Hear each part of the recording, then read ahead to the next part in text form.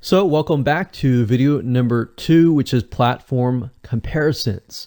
And the reason why this is so important is because the problem and the reason why most people fail at specific social platforms is they enter that platform thinking that they can use what they do on Facebook on Instagram, or what they do on YouTube on Instagram.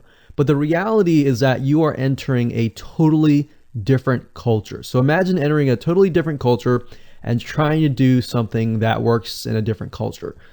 That's not going to work, right? So you need to know the differences, and you need to make sure that you're in the right mindset before you actually move in. So did you know that there's a big difference between Facebook, YouTube, and Instagram? Well, let's talk about that. So knowing how they behave, how users behave, how they expect you to behave, and their expectations of you are important. All right. So that increases your sales, your success rate on all that. So this is where it's easy to fail as often. We enter a specific culture, like I said, that has certain expectations, and not following these rules just gets you avoided or seen as a spammer. So you do not want to be seen as a spammer or be seen as an outsider. You want to be seen like you are part of the culture. All right. So that's what I'm trying to get at here. So let's talk about the differences. YouTube, people go here to learn how to do something. So you got a lot of DIYers, or people who like to do things themselves. Like, say, for example, you break something on your wall, you need to learn how to patch it up. You go on YouTube, you learn how to do things. Plus, people go there to kind of de-stress. They like to watch entertaining videos. They like to watch, people singing or people dancing, or learn how to do something, basically. So that's what YouTube is. You can't really take that same concept and bring it over to Instagram because it's totally different, right?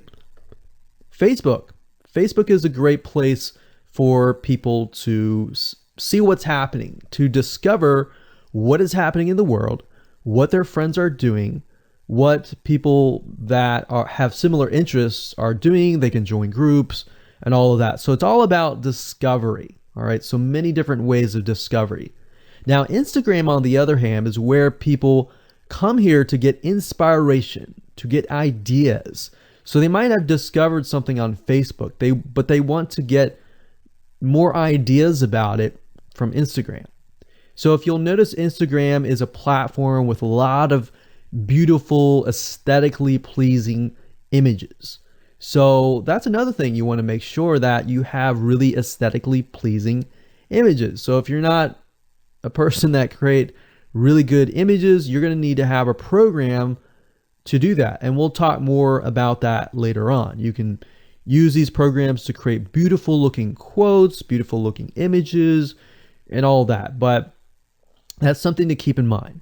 But people come here to get ideas. They tend to follow brands. They want to know more about the brand, right? They want to follow their favorite celebrities. They want to follow the lifestyles. They want to see what's happening. So I'll give you some examples and concrete situations that you can actually get a better idea of how all of this works. But really, what I'm trying to set you up for is success, and set you up for the right mindset so that you move in and you're able to close more sales, close more leads, generate more followers and fans. And that's the whole goal at the end of the day. Now, Instagram and Facebook have very different audiences. Now, you'll notice now that Facebook has bought out Instagram, but they still have very totally different audiences. Something that works on Facebook may not work on Instagram. So just keep that in mind. Different platforms, even though something works there, doesn't necessarily mean it's going to work at Instagram. And I'm going to show you how to make sure that you get things working and all that. Now, like I said, you'll notice that Instagram has a lot of aesthetically pleasing photos. So you'll need to make sure that you focus on that, and make sure that you show that your company, your brand, and all that looks really, really nice and appealing. Now, here's a little tip.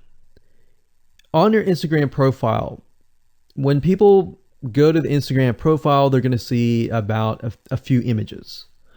And people will normally judge you based on the first 9 photos in your profile.